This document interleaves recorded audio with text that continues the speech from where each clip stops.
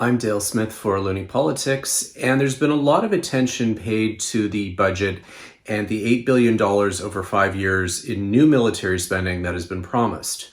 Now, this won't get us to the 2% of GDP goal of NATO members, and we may never ever get to that position, which we shouldn't feel too bad about because that 2% figure is arbitrary and problematic. And if you read my column a couple of weeks ago, I explained that and why we have problems in our military currently spending the current budget allocations. So just throwing more money at the problem that they can't spend isn't really going to help in this situation. But what is significant in the budget announcement was they are talking about another defense policy review. Now, we're overdue for one in Canada. We had one that the government did when they formed power in 2015 called Strong, Secure, and Engaged. And that's been kind of the blueprint for how they're trying to fix the armed forces. And they did a major recapitalization as part of this.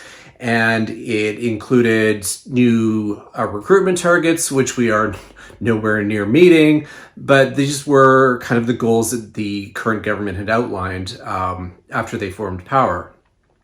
So we're overdue for this, and so the budget is saying that we are going to have another one of these. And that's great. It's something that needs to be done, and it's something that should be done on a more regular basis. But what's missing from this is the requirement for a new foreign policy review. And why this is important is because any defense review we do would be informed by the foreign policy review. And we haven't had one of these in a long time. And it's more than time that Canada does this as well as the defense policy review. Now, when I talk about things like the mentality in Ottawa that is 1995 and always will be 1995, that doesn't refer just to the economic thinking in the city. It also refers to the beliefs in some parts of the foreign policy community who are still convinced that, we are one trade deal away from having China improving its human rights record and that kind of thing.